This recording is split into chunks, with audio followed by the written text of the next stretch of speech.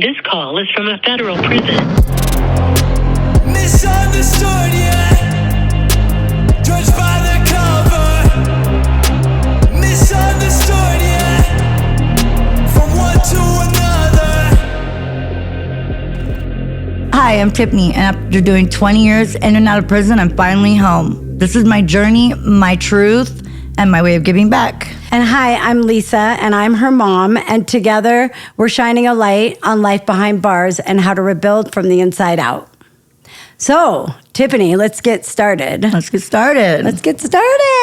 here we are, first episode from the inside out. We're happy to see you guys today. Yeah. So right now we're just going to get started by let's share a bit of your journey and where you were.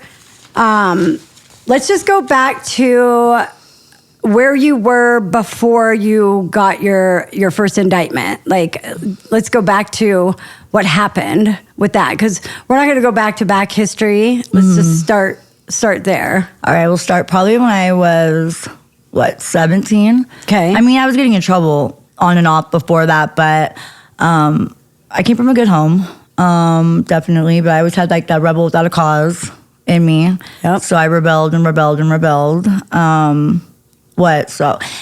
want to say that after years of incarceration, now I'm finally ready and able to tell my story because I'm not on parole or probation anymore from the feds or the state. So I'm able to actually discuss what has actually happened because it's not incriminating anymore whatsoever because I've already paid my dues and done my time. Because normally, you can't discuss these things. Yeah, it's really scary. Very scary. Yeah. You're always on edge. Right, I was. I've always been in fight and flight mode up until just recently. I got out on January 6th, and this is my first time I've actually felt like I can actually talk freely about my life, even things that you don't know about, Mom. Sure. Yeah. Because you never. I'm sure. So many things that you just knew I was getting in trouble. You didn't know the extent or the degree of what I had done. You were just there being supportive mother, And let's be clear. I don't know if I want to know all the details. Kind of too late now. Yeah, it definitely is because we are starting the show and I warned you and you said you would be fully equipped to handle it. We're gonna embark on a new chapter for sure. Yes, definitely. And so here we go. So I guess I started getting in trouble. I mean, I was just kind of in and out getting in trouble all my young adulthood. I think I came out the womb getting in trouble. Yep. Being sassy, just this little ball of energy. I didn't know what to do with myself. Yep. So then you got to 17 years old. You moved out of the house because you were against your will. Super rebel. And then you started stripping. Correct? Yeah. Right. Yeah. Yep. So I started dancing, and that was like I was living the time of my life back then. I swear, like you couldn't. I mean, it was actually fun back then. It was kind of like free-spirited fun with my best friend. Just, always we would go to work and then go to the after clubs and the after parties. That was cool. And then at some point it shifted because the person, so I never really paid for drugs back then. You know how it is when you're young and beautiful. You just kind of like. I mean, I don't. You don't know. Well, back in those days, you don't, or any days, I think when you're a stripper, you're just having fun. Guys give you whatever you want. And I think the drugs just came freely. And so I went from like ecstasy and party drugs to doing that and methamphetamine, which is what all of a sudden I felt like I could take over the world. Like literally, I thought that I could take over the world. And there was nothing that could stop me at that point. So I started doing methamphetamine heavily and partying and going to clubs, making tons of money doing that. Well, then at one point, my person that I got my drugs from, that was just a little teener, an 8-ball, at that time, lasted me weeks. Anyways, but I guess his person that he got his drugs from went to jail, I want to say. And then he randomly asked me if I could get him a pound of meth. And I was like, what? So your dealer that was supplying drugs to you came to you right, and asked you if you could get him drugs. Correct. Okay. And I was like, what? So odd. That's right. That's like a role reversal right there. Totally. And I was like, I don't think so. But then he said he wouldn't pay more than $13,000. So I was like, let me find that out. You know what? I'm going to check on that for you. So me and my best friend went ahead and did that, and we found somebody, and I got it for like $6,500, and he was giving me $13,000. So, oh wow, boom, in my hand, and I was like, what? So at that point, I went ahead and continued to do that, and so I was stripping and doing that and making that money. Okay, and so what was that time frame like? Like that from the was- time that you started till like that time? Was that like a couple months? that I kept doing it? Yeah, that went by. No, I didn't stop. It was like gotcha. for like Okay. So then I met this guy, and that became my boyfriend at the time. Okay. And him and I became partners. And so I don't really know exactly how. I mean, I gave him the person that my plug, the person that was dealing with me. You know, we just kind of meshed our business together, sort of. You know, and so I was continued to dance and sell drugs, and that's what he did too. You know, and it just so happens to be that he was the best friend of the guy that was the guy that I started hooking up. It was his supplier, so I kind of like Gotcha. somehow got intertwined with him. He came into my life, and I kind of took him from him, and that was what it was. And then, so this goes into my first indictment, right? So me and him were together like Bonnie and Clyde, and that's just what it was. But me and him started fighting over money because there was so much money that was going on. There was a lot of money that was coming through, but he had controlling issues, right? So, and I do too. I have control issues. You know, I want my control of my money, and so does he. So, Well, most people do. correct. But when you start getting into that industry, you also start getting in competition with each other, and it became kind of treacherous, you know. So, okay, so when you're in the meth, that whole situation, all that whole lifestyle. When you're high all Correct. the time. Yes, exactly. Yes, you meet all kinds of people that do fraud, people that steal mail, people that do everything. Sure. So one day I was at this person's house, and they had a bunch of credit card checks, so I had obtained all these things from the person, all this identities and all this stuff, and so. And then I would give them. Let's just pause right there for a Right. minute. So you're at somebody's house. It's a party, right? No, just someone's house. I was just at Okay, so someone's you're house. at somebody's house, and then you just see checks. They basically just tell me what their lick was, their hustle. So I find out what their hustle is. I gotcha. Because my Okay, hustle because was that drugs did- and stripping, and their hustle was fraud. Got it, because that didn't make sense for a minute. Oh, That okay, was- sorry. Yep. Okay, so that was, they told you what they were doing. Correct. basically. I got to see Okay. what they did, and they I made a lot of gotcha. money doing this fraud stuff. So I was like, oh.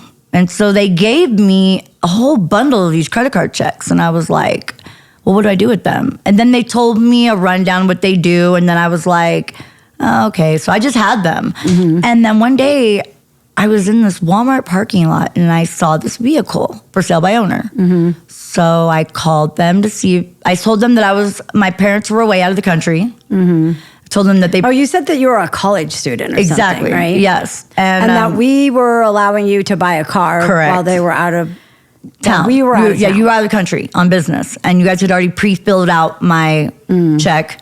You know, $10,000, whatever it was, probably 5 racks. I think at the time, I don't think it was that much. I think I started going up higher in the totem pole as I got more comfortable. Gotcha. So they were like, oh yeah, and I'm like, all I have to do is just sign the bottom. They've already signed the bottom of the check. I just need to fill in the price, and it says blatantly right here at the bottom of the check, not to exceed $5,000. And oh my gosh, you're giving me a great deal.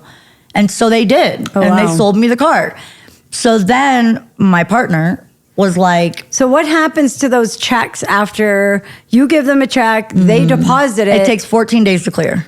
Oh, okay. But when it clears, it probably still clears anyway Right. until the other people get their statement, Correct. probably, right? Yeah. Okay. So like 1 out of every 5 cars would give me a title. Gotcha. So I would sell these cars for people buying and selling used cars for cash.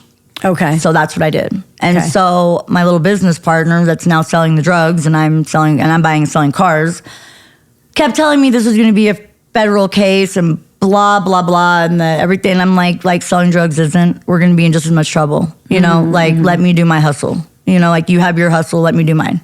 I'm not even trying to step on your toes. And so, but I drug him around with me to pick up cars, and because I'd have to have him drive the car, obviously, I need someone to take me to go buy these cars. Sure. And so there was a guy named Doughboy who used to buy a couple pounds a week from my partner, my boyfriend at the time. And so he said so I would have cars that didn't have titles, you know? And so he would be like, oh, well, I got a chop shop that'll take them. I'm like, oh, perfect. This is great. Oh, wow. And so he would get those cars and I'd make like, not very much, like $2,000 each car, $3,500. But it was better than nothing, you know? So you were getting the cars and then you were selling them to him? Sometimes. Gotcha. If they didn't have a title. Okay. Because most of the time people would give me the title. Okay. And so, anyway, so I had no idea that this guy's chop shop was a undercover ring. Oh, that's the part that I did not know. So he was part of an undercover ring? No, the people were investigating him. Got because you. He had a bunch of little goon kids that were getting cars from the airport, I guess. I don't know, and stealing them from there. So, like, they started watching him. But then somehow, like, 'cause I was at the top of that indictment, number one. So I remember, like, I didn't even know how because I was not part of it. That part, you know, I didn't know any of these little F kids, you know what I mean, that were out doing whatever, you know, I had no idea. Sure, but you were a part of that whole thing. Oh yeah, definitely. But I didn't know, I didn't even know the chop shop. Sure. So anyways, and then at some point, I remember we met somebody that gave us the keys to this dealership, this truck dealership. So we were getting brand new, like, F-250s and stuff like that right off the lot. They would go off and we had the key. When you say we. Right, me and my partner and some other people. Oh. We would just go up to the dealership. When they were closed? And yeah, Oh, just wow. go drive the trucks right off the lot. Didn't know that either. You didn't know that, did you? So we were driving them up, and it says that in the news. I mean, if you look at the news thing, it says that. Right. Yeah. It's like, I think it's just selective memory. Correct. Well, when I got arrested, it was pretty crazy because, I mean, like, I knew that I thought the feds were watching us. I didn't know that it was the ATF as well. I had no idea that it was, like, the freaking auto task force or whatever. So, because I would see us being followed. I saw us being followed constantly. I would tell Arsh, I'd be like, we are being followed. And he was like, no, we're not. I'm like, that yellow Hummer's been following us up and down I-25 or 75? 75. I-75 for all night. Like, everything that we've done, he has been watching us. And it was a bright yellow Hummer. It was not like they were hiding. Wow. They were not hiding from us. And then there was another time that, because, you know, I was doing Dallas's 10 Most Wanted at the time for a charge for Special K. Didn't know that either. Yeah, I was in, like, the Star Telegram, like, every week, right? Like, why? Because I was on the run for Special K or something. Like, I got arrested. And what's Special K? It's a party club drug. Oh. So I had gotten arrested for that long. So I had a warrant or something. But I just remember I would get 10 Most Wanted? One of Dallas's 10 Most Wanted. Yes. For a warrant? Me and one of my friends, me and Marvin, we were two. Yes. What? Yes, we would walk into a room and I'd be like, oh, look at two of Dallas's 10 Most Wanted right here together in the same room. That's crazy. I mean, there's murderers. Why are you part of that? I don't know if it 10 was because of. I don't know if it was because I don't know if it was because it was a club drug or what, but. Real quick, I thought the ATF was alcohol, tobacco, firearms. Right. Well, it is. So there is a federal There's ATF, two of them? and then there's the auto task force for Fort Worth Gotcha. and in Dallas, but there's still ATF, auto task force. Did you just look that up? No, I'm not on Jamie level yet. Yeah. So, okay. So I knew we were being followed, and there were times I'd get pulled over, and I would give them my fictitious name, Ashley, whatever, Meredith Ashley, and they would be like, "All right," and I'd hear my name. I hear Tiffany. your name Yeah. back in the squad car. Yeah, because I would, like, have a helmet. One time I had a helmet in my hand. I just got the back of a motorcycle, and they were like, I hear my name, and I go, oh my God, I'm so going to jail right now. I told Marvin to go because I didn't want, there's no use in both of us going to jail at the same time. So I was like, I'm going to jail. Yeah, like, to leave. I just told him just to go so that, like, when I got to the place where I was at, like, I saw the cops there and I just got off the bike and I was Gotcha. I didn't want to go on a high speed chase on a motorcycle because I'm already scared of them. I was only there for one reason, and it was a big enough reason that I got on the back of his motorcycle to begin with. We don't need to go into all those details because that Not was today. way back then. Not No, today. not ever. We don't need to get into that story. What? I don't ever want to get into that story. However, I will say that Says something. I went there for a reason. Yes, I was upset about something. And I was like, take me to that hotel now. And we got there and the cops were there. The girl had called the cops and I was like, wow. So I just jumped off the bike and was like, go, just bomb me out. And then they heard my name and they never, because they gave me a fake name, you know? Right. But they let me go. And I said, I got on a payphone, because back in Nokia phone days and back when those ancient phone days, because I'm old, and I called from a payphone and I'm like, somebody come get me now. They just ran my name and they did not arrest me. And I know I heard my name in the background, like they knew. So I had to do not detain on me. There was another time so when they had arrested Marvin, I had got a phone call saying that I needed to leave the hotel that I was at right now. So I tried to wake up Arsh and I was like, get up. And by the time we got on the highway, there was like 12, it looked like a swarm of bees coming over the overpass of cops trying to go to the exit. Hotel? Yes, and I had just barely missed it. Oh my God, I was like, what? Okay, wait. So that's when you got arrested? No, that was another time. So I ducked that one. Okay. So they were starting to close in on us. So it says also in the police briefing on the news article that I was reading the other day that they were arresting us little by little for charges that were not that, you know, they wanted to get us all related. Right, correct. And so at some point, so the birds were chirping, everything was great, the day was lovely. Yeah, I swear, it was such a beautiful day. And I was like, okay, so I'm gonna go and pick up the title to this car that I had just purchased that my boyfriend was driving at the time. Okay. And I said, I'm going to go pick up this title because they said the bank, everything went well, even though I had got a message saying that something wasn't good. But I didn't hear that message because I had been fighting with Arsh. And I was like, okay, I'm not going to. I didn't check it. I don't know, because he checked it later and heard that there was something wrong with the bank. Mm-hmm. Well, all the while I had somebody waiting to sell me a Cadillac just in Fort Worth. So I was down off of my cart. And then further down was, where I was supposed to meet this person to buy a Cadillac who was ready. Well, I guess I used the same credit card check 2 times because one had already cleared and then bounced. Well, I used this other one, so in the bank, that one didn't clear. And so when I forgot where I was going, so I called them and they tipped off the police. And when I got there was a helicopter and I don't remember how, it was like 6 or 7 squad cars. I mean, it was a shit show. Wow. I automatically knew something was. I knew, and there was a helicopter too, right? Correct. Yeah. And I knew there might have been 2. I don't know, but I know that I was like, oh my God, like this is it. Yeah. So at that point, like, what are you feeling? Are you like petrified? Well, yeah. So I went to my phone and I cleared out anyone's name that could have been linked to me. That you were able to do that, right? Yeah, because I was real quick. I just kind of went in. I deleted 2 numbers, my plug and Arsh. I deleted those 2 phone numbers. Those are the only 2 that I cared about not being in my phone. Mm-hmm. And then I guess they still had his number because they called him at some point, I think. I don't remember how that exactly went down. I think he kept calling my phone and they answered it and they were telling me I was going to jail and whatever. And I had all these charges on me when I got there. Well, I knew the feds were I thought the feds surely was what was going to indict me. Yeah, so at that time the feds weren't doing anything. No, nobody was. Yeah. It wasn't even an organized crime charge yet. It was just I was being booked in and they told me that I had to sit down because you have more charges than anyone can bond you out of. Get comfortable. They literally did.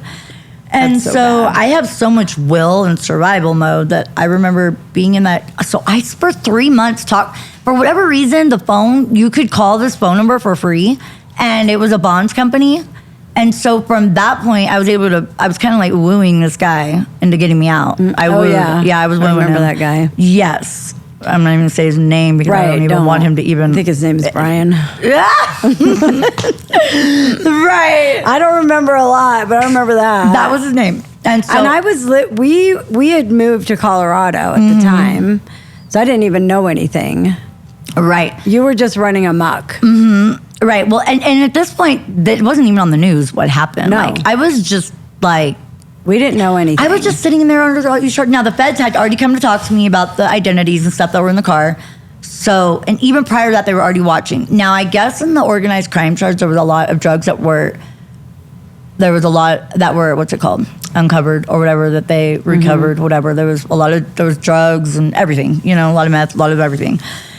And But you didn't have any of that with you. I at the mean, time. no, Thank God. hell no. Thank God. Yeah, I didn't have any guns or anything. That was like a thank God, because I was running so wild. Like, I had no fear. I was like, well, there's a will, there's a way. Like, you tell me there's a brick wall there, and I'm going to go through it, literally. Well, that was always what was so scary for us with you, because you really never was fearful. Mm-hmm. Like, you just did. Yeah, and that's been the thing my whole life, is I didn't have any fear. Right. I never had fear. Only thing I had fear of was other people driving, because I was scared of someone else having control of the car, literally. Like, I've always been afraid of other people driving. Yeah, but you weren't afraid of anything. No, yeah. other consequences No, I ever. was afraid of dying, because I was living so. Just my life is so. I loved living. I loved life but so much. You would Yeah. you would almost rebuttal that one though, because you were caught in situations where you could have died. Oh, easily. yeah. There was times I was Easily. supposed to be dead. Like, Right. Yeah, definitely. Especially in, with drugs and selling drugs. Right. Like, there were times like I was stolen one time. So I got abducted. They had someone having holding for me for ransom. Right. Literally. And they were going to put me in a car crushing machine, and I ducked out of that, talked my way out of it. Surprise, Crazy. surprise. Crazy. I was like, let me talk to the person who ordered this hit. Oh my God. Let me talk to them. I know I can talk my way out of it. I know. Those are all stories that we'll probably Yeah. get into. Yeah, definitely. Because CJ's like, what? Yeah, I've heard. Oh, did you hear that one? Yeah. Okay. Yep, but I've always been like, take me to your leader and I'll talk my way out. Just let me meet the person. Let me meet them myself. You're the middleman. I always want to talk to the main person. You know what I'm saying? I know I can talk my way out of it. You guys both have that. Pretty much. I don't want to deal with you. I want to deal with your boss. Yeah, anytime mom calls any kind of number and there's like a screening, she's pressing 0. Yeah. I do. I don't want to talk to the. I do the same thing now. It's Yep. Fuck that. Yeah. I want to take me to your leader. Yeah. Take me to your leader. Yes. I don't want to talk to you. No, I don't. You're In just fact, I'm not even going to waste my breath. Just give me your boss. because you're like third. You're probably fifth down the line. I want to just send me directly to them. Right. Right. Don't ask them for me. Yes. Yeah, exactly. For real. I know I'm gonna get whatever I want if I can talk to your person. You know what I mean? And so I've been like that my whole life, just like that, Mom. So I've been like you my whole life in that retrograde. Thank God. Right. I'm like, let me talk to the main person, and then talk my way out. I've talked my way out of many situations. I mean, I have survived for a reason. No shit. You know? So yeah, so I get arrested though, and I'm in jail. I'm in the jail. So I'm in the jail. And I'm like, my mom's not gonna fucking bomb me out of this. Nobody's coming to get me. I gave you, yeah. So, let's just backstory on that. We, as a family, had been through a lot. Not even A that, Mom. Yeah, you were not coming to get me. No.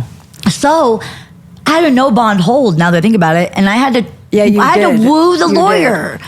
And in fact, I think I was dealing with that guy. I think you were helping me. Yeah, I was trying. Some old guy, yeah. Well, I was dealing with the dude. With that guy, Brian, yeah. Yeah. You were helping, yeah, for Yeah. sure. I mean, yeah. Because I had been there for like 3 months. It was like, something's got to give. So I wooed I him. met him, remember? Yep, you did. Yeah. We're going to be nice. We'll be nice. be So yeah, nice. Mom met him. And then I had this Danny guy, Danny Burns, our attorney. He was a good attorney. And he got the no bond hold lifted. So I was bondable after 3 months. And we get me to the county. So I have to be transferred to Grand Prairie, right? And they're like, nope, dress back out into those Tarrant County colors. And I'm like, why? I just made bond. And they're like, you have a no bond hold for first degree organized crime. Was that the federal or no? No. That was the state. That's still the state. And I said, first degree organized crime? What the fuck? Nothing was organized about anything. Organized. I've never been in anything organized in my life. You serious? I'm just nilly-willy. Dude, I and when just I tell fly you- by the seat of my pants. That is not organization. Swear. Like, and I was like, this is wrong. Like, organized crime, I could not believe it was organized crime. Well, Had you ever heard of organized crime before? Yeah. Oh, Yeah, no, okay. it's like, that's not good. 5 to 99 that carries in the state. I was like, I don't know what that they means. 5 to 99 years. Oh, okay. Yeah, so I was like, this is not right for organized crime for what? So I was like, You well, didn't damn. have an inkling what they were talking about? No. What? Those freaking Chop Shop was good. I had no clue. I didn't know it was for the cars. I thought I had this little fraud thing going, with the freaking, and I knew that like, I had no idea that there was going to be all this other shit, no, they got me. I was like, well done. They had been watching you For a year. Like, I thought it was 6 months. No, So, they watched okay. for a year. It was a whole year. It says on there that they had to do a lengthy investigation because they wanted to clear out the whole ring. So, yeah. So, okay. So they say in the news thing that I read, the article, it said that that we were trying to sell cars even after some of the people were in jail. And I remember now that I was trying to sell some of the cars because I had cars that I was like, bond me out of jail. I was telling ours, bond me out of jail. And so one of our friends actually ended up shooting himself in the head accidentally in front of my partner at the time. Right, but what does that have to do with But the no, cars? it's just he was one of the people on the indictment. There was gotcha. 12 of us, and I was the top, and that dude was like fourth from the top. Gotcha. You got to give us that information. Oh, sorry. Yep. DW, and he did not live. He was the only one that didn't get indicted, obviously. But That was an accident. yes, it was, and it was a very dear friend of ours. But that was the one that was working with the people trying to sell these cars for me, and he died. So he was trying to sell. So that's the correlation. Because I'm like, what does that have to do with sorry, anything? I've got ADHD mind, so my Right. mind bounces around. Yep. So yeah, that was the correlation with that but he ended up dying. So, but that's how he would have been linked in because Gotcha. he was trying to get rid of the cars for me. And anyways, needless to say, I go and the next day I'm being arraigned, and that was the first time I got to see Arsh. And the whole time I had been locked up, 3 months, it was him. They rounded up like 10 people, 10 people, and we were all being arraigned on the same day in Tarrant County Jail. And I knew I was not getting out anytime soon at that point. Then the next day it was all over the news. And then you never got out. You never got out. No, never got out. Okay. Not for 9 years. So then I proceeded to stay in there. Well, you were in Tarrant County the whole time. Yeah, just for the county part. No, remember I went to prison. Right. But you were in Tarrant County for quite a while. Yeah, I think I stayed there for like 6 months. And then I postponed all my things because they kept offering me like 15. They started with 20, then they went down to 15, then they went down to 5. Well, I was like, no, I'm not taking it. And they were like, well, so they went and talked to you. The whole Italian Guido mob family was out there. Yeah, because let's back up to that then. So we went to court. This The last time, yeah. I was going to say, this is the last time because we thought you were going to be sentenced then. And I did end up getting sentenced that day. Yeah, so our whole big crazy Italian family went to that. Looked like the whole mafia was in the courtroom. Flew in to that. Yeah. We flew in because we were living in Colorado at the time. And then they came out and talked to me.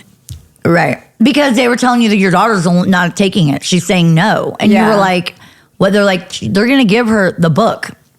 If she doesn't take it, I'm going to take her to trial and they're going to give me probably 25 years. And so you're like, tell her to take it. And I was like, the feds are going to indict me like any day. And then I'm going to have to be double jeopardy, wow. But they were going to charge you anyway. I mean, they were going to sentence you anyway. Had I been indicted on my federal stuff first, it would have ran concurrent. Right. Then they would have given me, had I been sentenced with that first, I would have taken my Fed time and then my state time. And then that would have all run together. And I would have just done probably went to the feds and the state would have just ran with the feds. And then you would have been out. Correct. And I would But they actually purposely waited 3 days after that. Waited 3 days after that you took the 5 years. Right. So they fooled you. Totally. Well, they weren't fooled. Well, they did it on they tried. purpose. Yep, exactly. They did it on purpose. Because and honestly, I wonder if I would have just said take it to trial and called their bluff, if the feds would have just went ahead and they probably would have indicted you, and then I would have 3 days. But you didn't know. We didn't know. It could have been really bad. They probably were going to give me 25 years in the state. That's what. And God, if I would have done 25 years in TDC, Am I making this up, or do I remember them? One of the judges basically said that they were going to make an example out of you. Oh no, they said that. Yeah, Judge Crone. Judge Judge Crone. Yeah. She's like, I'm gonna make an example out of her. Exactly. Yeah, because there was supposed to be drugs in the indictment and everything. It was just like a lot, and they just got me for this mail. But they were really mad. If they would have just all ran it together, it would have been the same charge. That's what I was trying to say. I'm like, the credit card checks and those cars were all, but from me. However, I guess because there was other insinuating circumstances from other people that were involved, right. I feel like that's what kept it. The state really wanted that case. And there was a federal case, and they really wanted it. You know, but there was so much involved in it. There was drugs, there was cars, there was fraud, there was all this stuff that correlated with it. You know, so. But the feds, when they stacked their time on me, it put me in a 10-year bracket. And then... Yeah, so let's go over the guidelines, because I don't understand it. I don't understand how you can take one person and give them the same kind of guidelines as somebody else, how that you get works. more time, because... Yeah, it doesn't make any sense to me. You can take... charge that you'll only get 1 year, 1 day for. And then if you have a high criminal history, you could change that 1 year, 1 day into 5 years because of your criminal history. Okay. And by me having is that different than state? Yeah, states just got their own, like 5 to 99. You could get 5 to 99 for this charge. But it has nothing to do with your past criminal history. No. I mean, they can stack on stuff. Yeah, they can habitual offender you and stuff for the state, but that generally but at that point. And that's also state by state. And Texas is hard on everything. Right. The South is shit. Right. Love the South, don't get me wrong. But your laws are shit. I mean, they don't put up with anything. They don't. No, they don't. They definitely did not. And so I went to prison. Texas was horrible. The TDC was horrible. I mean. And that was state. Yeah. So. I just remember I went. I was like you said before, I was cocky. I was fucking just I thought I was just a princess. You know what I mean? I went in there like my shit didn't stink. And you very quickly learned that that's not how it works over there. Yeah, definitely. Because you were new, you were young, you didn't really know that system at all, and you were pretty depressed. It was horrible. Yeah, I got an eating disorder really bad. My eating disorder broke out. Like, I had never seen an eating disorder. I had never had one like that. Like, you look like a skeleton. Yeah. And you were super depressed and definitely. Hair falling out. But you were with the worst criminals in Texas. In Texas. They take somebody that doesn't have a violent crime and put history, you in the most crime and put you with people that are microwaving babies. Correct. And killing their whole family. Correct.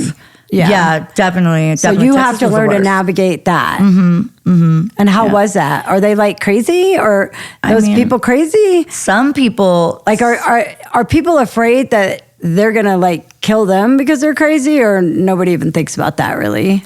No, you don't really think about that. Feel like it's like your bunkie. You know what I mean? Like, I had this one crazy bunkie, so I didn't realize that so there's prison etiquette, There's straight up prison etiquette. And do you know that when you're going in, or do you learn that? You learn it. You learn it as you go, especially if you've never been to prison before, Like, white people, we have hair that falls out, and so do black people, and all of us do. But white people, our hair tends to fall out a lot, and then it's on the floor. Well, you have to pick that hair up all the time, no matter what. It's got to be wiped down, period. Now, I'm a very clean person, so I just like to have my area clean all the time anyways. But I remember I had this bunkie that I didn't get along with. And I guess one time when my hair had came out or whatever, she literally got up some of it, put it in my coffee jar, and screwed the lid back on. And I went to get my coffee, and there was some of my hair in there. Yeah. I was I fought that girl. I remember I fought that girl. That was one of my very first fights I ever got into. I was like, who the fuck do you think you are? And we were in a closed cell together. And and I was like, first of all, I just came to prison. I didn't know, didn't know the system. I didn't know, there's so many ticks that you have to learn, just in being in a, Do people teach you that stuff, or do you have to learn by yourself? No, I had someone, I think, that showed me the ropes, this old lady that had been in and out of the system for a while, and she showed me the ropes because I was so young, Right. They don't write this stuff down. Huh? They don't write this stuff down. Give you a pamphlet. The inmate pamphlet should have what you need to do. They don't give you like a little, Like, bitch, you better shower twice a day, because if you don't, we're talking about you. Okay? Oh my we're talking God. about you. They don't. They don't, no. But I you, know, but I some know I people was don't talking. shower. Some people don't shower at all. I know, it's disgusting. Right. And I noticed that shit. I am that person. I think you're the only one that showered twice a day, Tiffany. No, I swear, some people shower three times a day. It depends on if you go outside. It's like you really notice everything's magnified. Like literally, like you notice like, and you can feel free to put in the comments if you have ever been to prison. Let us know how many times you showered. I want to know. Because I know that I would shower 3 times sometimes. I shower in the morning. If I go work out in the afternoon, I come in, I shower before I get, because I can't just sit on my bed, shower. And then if I go out in the evening, then, I mean, if I stay in for the rest of the night, then I'm not going to jump back in the shower. But if I go back out, and I come back in, I'm not going to sit on my bed without showering. Every time she went away and came back, my water bill went like 3 times higher. It was insane. It's like, dude, you are clean. I know. I know. Dude. They're not even short showers. They're like, and you don't even stink. Like we don't stink. We don't. We are not stinky people. No, we really don't at all. Not at all. I wear deodorant. Like, what are you because I think doing? the way it smells is good. Everybody else wears deodorant. And she also loves to take baths like for an hour. I do. I miss those. It's been really nice being out now. I'm like noticing all the I like come in the house just walking on sunshine because I can go and shut the door, take a shower. I have not taken a bath since I've been home yet. I know. Showering. I've noticed that actually. I'm going to do that maybe tonight. Put some nice Himalaya salt in there. Okay, so CJ, how much? Where are we at? Like marker wise, time wise? We're roughly around 35 minutes. Okay, cool. Because we were hoping that this wasn't going to be part 2, but we've got time. Yeah, we're doing great. So you were in there. So you got 5 years in the state, and every time she came up for parole, it was awful because I would send in letters, and Grandma would send in letters. We were her outside slaves. I was going to say cheerleaders, you say slaves, Yeah, exactly. Oh, Tiffany's calling me. We used to call her stalker because she used to stalk me on the phone every day. Every day. It's like a fucking sport. Man.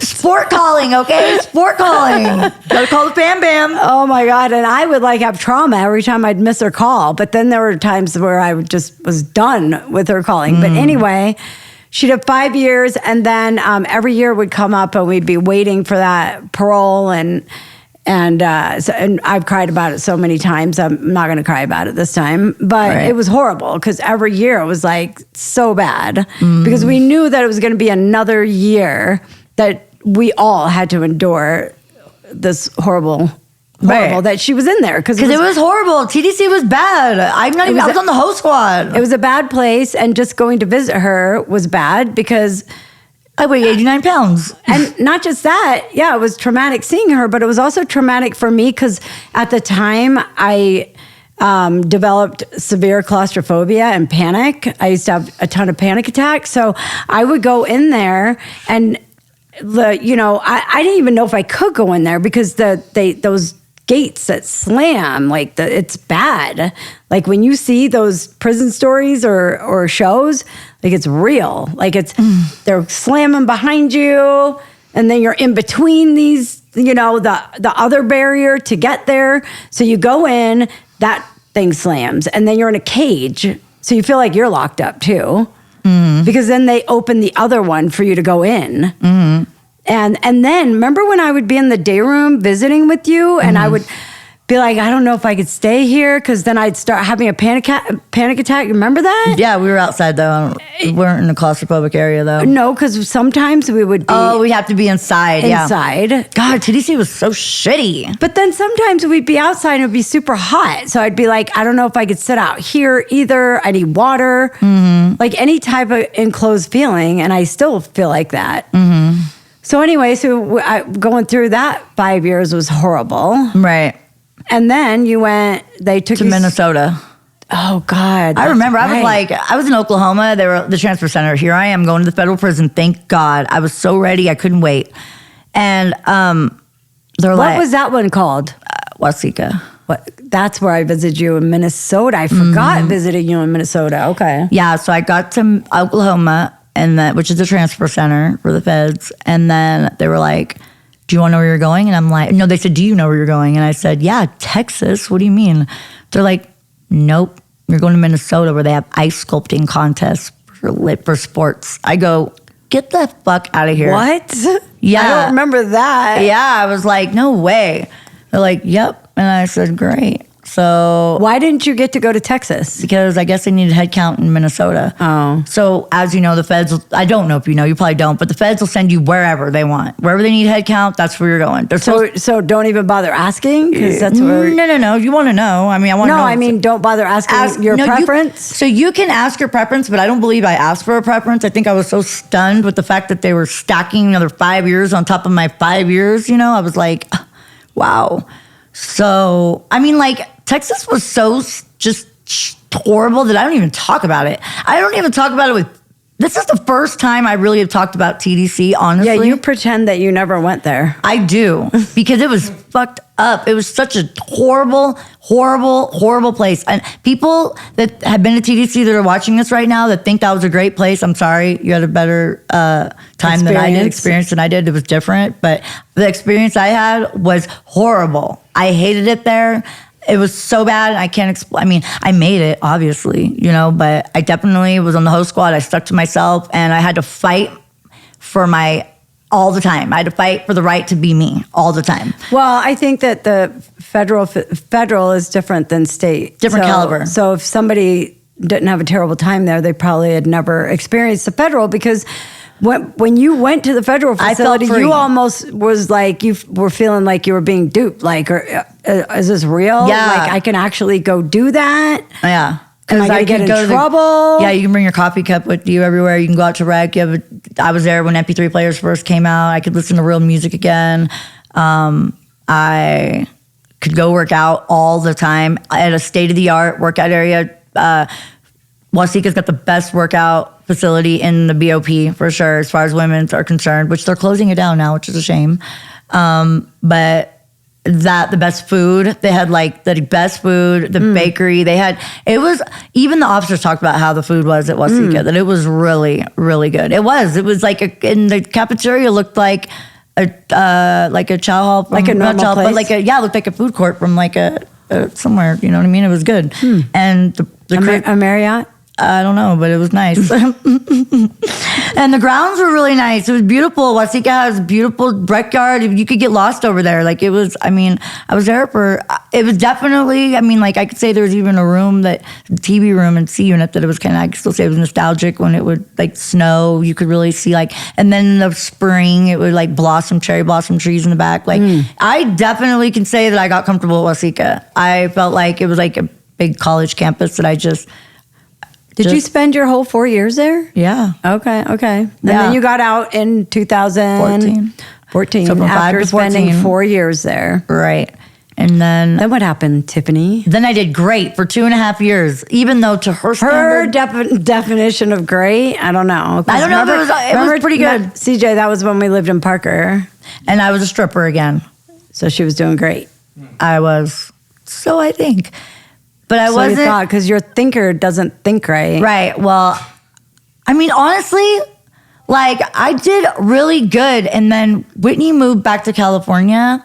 And Your sister. my sister Whitney, went back to California. And this is not because she went back to California. So don't think like that, Whitney. I'm just saying. She doesn't. I know. She doesn't. I just have to let her know.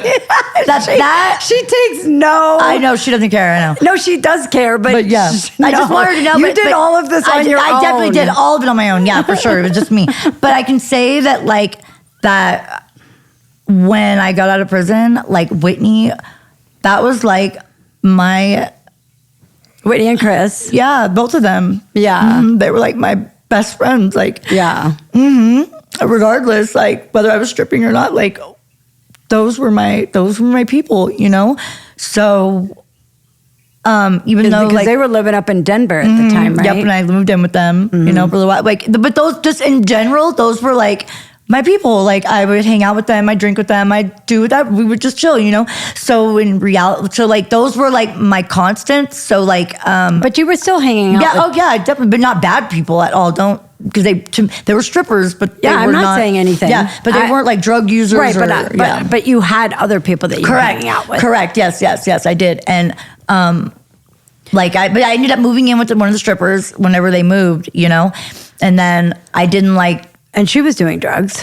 That's what happened. So I Right. found out she was doing drugs, and then you were like, oh, I gotta go. drugs. No, I didn't do drugs. Oh, I never left relapsed then. with any of them people. I never relapsed gotcha. until I ran from the halfway house. Okay. I stayed sober. It was like I never did methamphetamine, cocaine, or anything like that. No, I just did my own I abused my medication. I was going to say, you were abusing your medicine. I abused it. I did. I abused my Vyvanse for sure. But I moved in with this girl, and then I lived with her. And then one day I came home. We lived at the Brooks Towers downtown, and it was like I came back and she was asleep with the Captain Morgan bottle on the bar, a rolled up $100 bill in her bra, and a rolled up $100 bill in her hand, and a big old line of cocaine this big. She was sleeping? On the thing. She was sleeping? Yeah, Oh, passed God. out. And I opened up the door and I said, oh my God, my PO would have walked in the door and seen that. Oh, wow. I would Because you were on parole at the time. better probation, yeah. And so I moved out of there,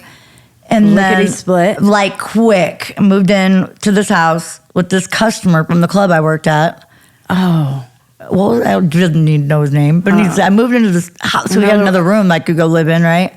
And Oh, my God. I forgot about that. So me and my dog move in. Do you remember that, Siege? Yeah, I remember that. Yeah, God. move in there. He died, didn't he? No. No, that guy's alive. Who died? Oh, you're talking about Ed. Yeah. Ed, yeah, no. That was in the middle of everything. That was another customer from the club, though. Yeah, it was for sure. Yep, but I always had drama. I admit I've always had drama. I always had drama. I definitely always had drama. Drama. So, and Yeah, because even if she wasn't doing drugs or doing things she shouldn't have been doing, her thinker still wasn't thinking great. All right. You still were out of control. You were crazy still. I definitely was out of control. I definitely was Yeah. like, I was still that Not crazy, stripper but spirit. you know what I'm saying. Yeah, stripper spirit. just liking the high life. Oh, correct. Yeah, always. And so, anyway, so I moved in with that guy. But then at some point, I started talking to this girl that I knew, and then I started hanging out with some people I shouldn't be, and then my car ended up at the scene of attempted murder, and then And that's a whole story. that's a whole story. But I violated. we'll go into these stories Yeah, we too, don't have to different do it stories. that way, Yeah, with our other episodes Right. for sure. But that was me going back to prison or back on the violation, and then when I got arrested, because you didn't really try to murder somebody. No, my car was at the scene of one, and I wasn't even there. Yeah, okay. Yeah, so no, I was so that ended up sending me back to prison, all right, for 5 months, and then, on the way in the door, I had a new fraud case in my car. Remember, I was telling you that this girl with me who had a new fraud case with her, and I was there, and she was with me, and I was on the run, and I had relapsed at that point. So 2.5 years, now I'm on meth again, and so I had a girl with me who had a bunch of IDs. It's been a lot. I was trying to change my identity because I was on the run from the feds. I didn't want to be me. Well, because of me not wanting to be me, I end up catching a new indictment. And so here I am. The judge says, Same judge. Same judge. Now, this is now in Colorado. This is my Colorado judge, not my Texas judge. This is your first Judge Jackson? This is Judge Jackson, but Judge the first Crone was my time? first. No, the first time. This is my first time dealing with this. No, judge. I know. This is your first time with Judge Jackson. Correct. Judge Okay. Jackson. No, Judge Jackson had heart for me doing so much time when I was Yeah, younger. he was so nice. He really was. He was. Go Judge Jackson. So he was He's really like good. retired somewhere on the Dude, beach. yeah, he was so tired of my shit. But he was definitely caring, and he really cared about me as who I was because he felt like the system failed me, and verbalized that in court. And so he gave me 5 months. He said basically during sentencing they wanted me to give me 3 years more probation and 2 years in, like throwing the book at me, and my judge was like, no, absolutely not. She's already done 2.5 years of her 3-year probation, and she did it great. And she got in trouble the last 6 months, and look at here we are. We have a new indictment on her, Your Honor. And he said, well, you know what? How much time do you need to indict her? And they said 1 month. And he said, I'll give you 5 months to know where she's at. After that, she's free and clear to go live her life. And we will open up that chapter when it comes, if it comes. And good luck to you and your family. And I hope you do amazing things. So I went back to jail. I don't ever want to see you again. Right. Here. Yeah. And so I went back to prison for 5 months and waited for a new indictment that never hit me. Mm-hmm. So then I got out, no paper. And I always knew there was a new indictment coming. We always felt it. I did. I would tell you, I feel it. The feds would be sitting out front of my house. I'd be like, Mom, look at that guy. Go offer him something to drink. He's been sitting in front of the house. Go give him some lunch. Yeah. I'd be like, Mom, that's not normal. Look, outside. They're just sitting there. And then I moved back to Texas for a little while. And then come to find out I had a warrant out for my arrest. Well, when I come back, it was like Arapahoe County. They had a warrant, but then for something that had to do with the federal charges. Yeah, and we had to convince you to come back because you were not coming back because you thought you had another indictment. Yeah, so I was like, fuck that. Right. I'm living my life. I'm doing fine. It was awful. Yeah, so then I go down the rabbit hole like always. Now I'm back in the drugs and whatever else. And then Texas always makes such a big ordeal when it's like they run my name. Here comes the helicopters again. Even for a routine traffic ticket. What? Yeah, they were on, because I had that warrant, and I guess they were watching. I don't know what was going on, but we were followed, and getting on the highway. Yeah, my friend was driving. I was like, drive the opposite way of traffic. I was tripping. God. I was like, they will part like the 7 C's. Nobody wants to get hit by an oncoming car. Like the 7 My Cs. homeboy was like, I was like, yeah, do it. And he didn't do it. I got arrested that day. I'm sure he didn't. Fuck no. He was like, you're crazy. I'm like, I am crazy. That's why I should never have let you drive. But no. Oh my God. I was definitely not in my right mind. I was checked out because I would have driven the wrong way. And so it was. I went to jail that day. My poor dog went to jail with me. Misty had to get him out. The pound. They were like, we knew someone was coming for this dog. They said he was too groomed. Where is he? I don't know. He's right here. And so it was, okay, so they transport me back to Colorado. I go to Arapahoe jail, and my mother was not going to bond me out, but I had someone to bond me out. And my mom was like, don't you get her out. And they got me out. And like, guess who I called at 3 o'clock in the morning to come pick me up? Who? You. Oh. Did I? Who? You. Did I at 3 a.m.? Yep, it was cold. I said, Mom, come get me. You said, Oh. you were pissed. I was like, come and get me. Because you didn't even have a jacket. I said, I'm cold and there's no jacket. Mom, please come get me. She was like, Yeah, I didn't want her out because she was a danger to herself every time. but I am going to get out one way or another because I'm not sitting in that jail cell if I don't have to. And so my mom came to get me. Whoa. And so my mom came to get me. And I was like, and here we go. And so, Again. right, but there was no federal indictment yet. Once again, the state had their shit on me, but that was it. And so I'm with my mom. We argued at the clubhouse for like an hour, and then I cried, and you let me come home. So I come home. Oh, I even went to go pick up my dog. Went back to go pick up my dog, brought my dog back from Texas. I'm living at mom's. Everything's great. We're in Parker at the time? Yeah, we were actually doing really good. Life was actually really good. Yeah. And then I started doing I was being followed again. And whatever reason, when I'm being followed, I lose it. Like, I can't even sleep at night. Like, I don't even like to be at home because I just know they're following me. PTSD. It's very bad. And I would tell my mom, I don't hide it from my family. I let them know I'm being followed. You know, I don't, and my mom knows I'm not being crazy now because she's seen people up front of the house, you know.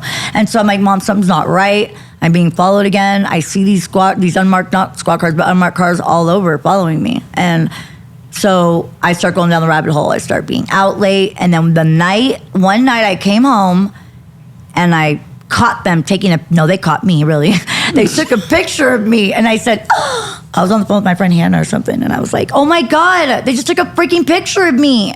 But you weren't doing anything wrong. No, I was just driving home. Mm-hmm. But it was like one of those, I knew you were watching me type shit. Mm-hmm. And then they took a picture.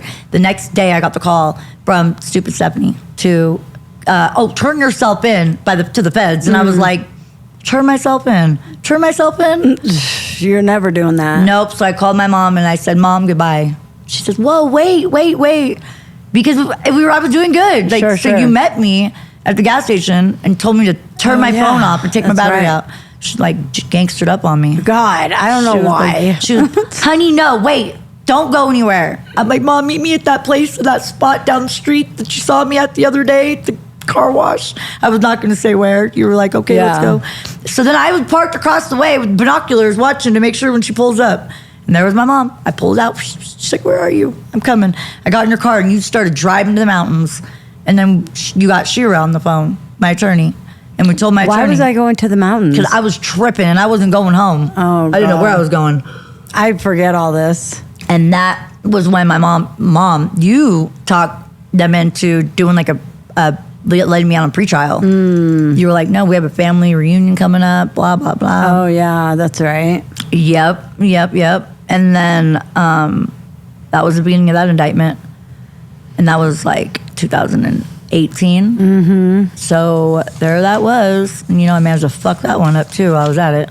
Yep. Because I always end up, Because you ran on that one too. dude, I know I was pregnant with Liam. Yeah. And I get hormonal. And I was like, sayonara.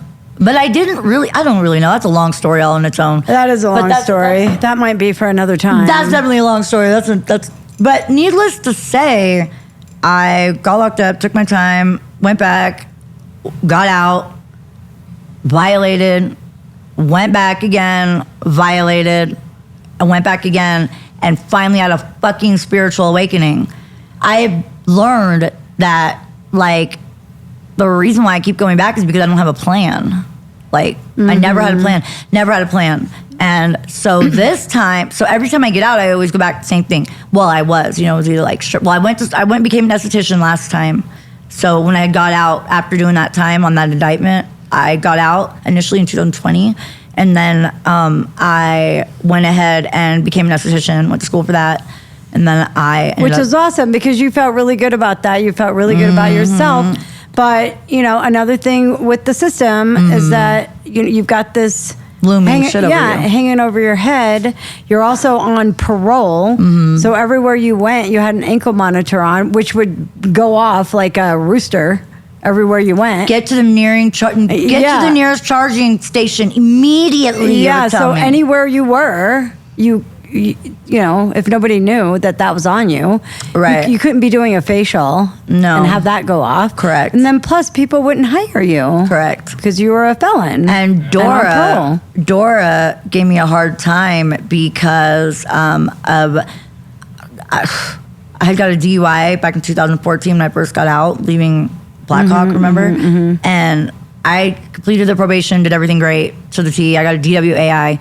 Anyways, and I forgot because that's like the lowest charge I've ever had my whole life. Like, Right, and honestly, you had what, one drink, and you Literally. went down the wrong way, right, because there was road that construction. street. Correct. And it was an honest mistake. And literally, like, it's the lowest thing I've ever been in trouble for, and I forgot. Like, I literally, when I filled out the paperwork, I was like, I've been in trouble for drugs, organized crime, fraud. Like, But even if you had been able to get your license, nobody wants to hire you. correct. So I'd have you to would- own my own Yeah, facility. exactly. Right. You'd Yeah. have to I own your own. remember that specifically. Yeah. You had somebody that was going to. Yeah. Yeah. Yeah. So it was hard.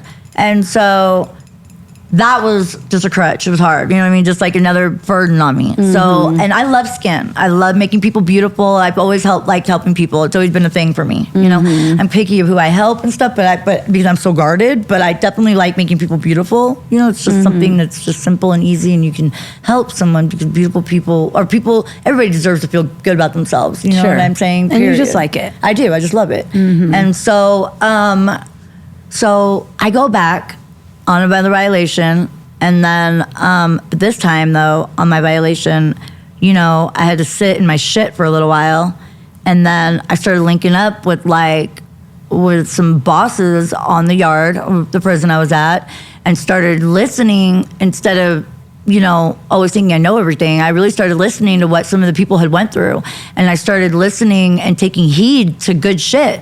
And so and my mom's had this great vision too, and so I don't know if you manifested it or what, Mom, but I think so, because I think I've been manifesting it forever, because I would always talk about a book, because her life has been Like a movie. Like a movie, especially with that whole indictment thing. I thought that would be really good. And then just also trying to help youth, like going to high schools and junior highs and trying to keep kids out of trouble, going down the same path. And so that was always my thing, was you could get out and you can do good in the world instead of getting out and always getting into trouble, because it is a self-esteem thing. You get out, and I feel like the system sets you up to fail so much. I feel like the success rate is so low because you don't, well, first of all, you don't even feel good. Like when you first got out the first time, like you couldn't even handle like certain Crossing noises. the street by myself. Yeah, crossing the street, traffic. In fact, you almost got my door like taken off because you got out of the car. You didn't even realize, oh, wow, there's traffic coming, because you hadn't been in a car forever. And then you get out and they expect you to get your driver's license, get your social security card, get your Medicaid, go to all these appointments. And oh yeah, you got to go pee and find housing and find a job. Like, find a job? Yeah. What do you mean find a job? Like, I've been gone for 10 years. Find a job. Like, Exactly. You have all these things that you've got to do. So, And then the stigmatism of being incarcerated in general is it's just overwhelming. Very. It's just very overwhelming when you first get out, and it's overwhelming for the families too. So, and there's a lot of people that get out and don't have families. There's a lot of people that get out and have families that nothing. are also on drugs, or And the halfway houses are corrupt. and the halfway houses. Oh, are my so God.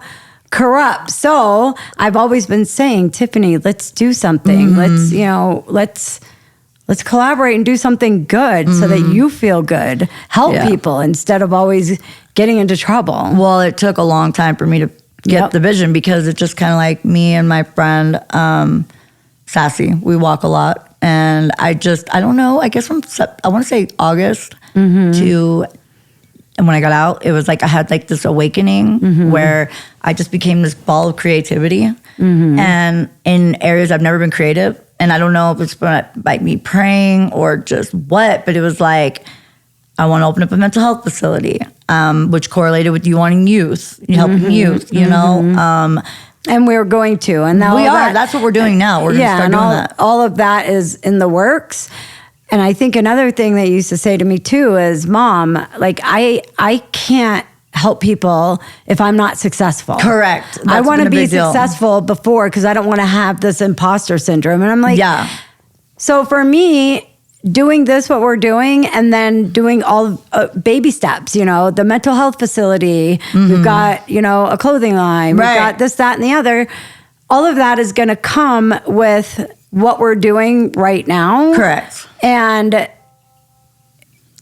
then you'll start to feel good. And plus, with this channel, talking to other people too, and getting the feedback from other people that have been there as well. So I feel like doing this is going to keep you on the right track, because you're going to feel like you're going to be helping people. Correct. I have And to hold myself accountable with you guys. yeah, and everybody's going to hopefully be super supportive. And, Right.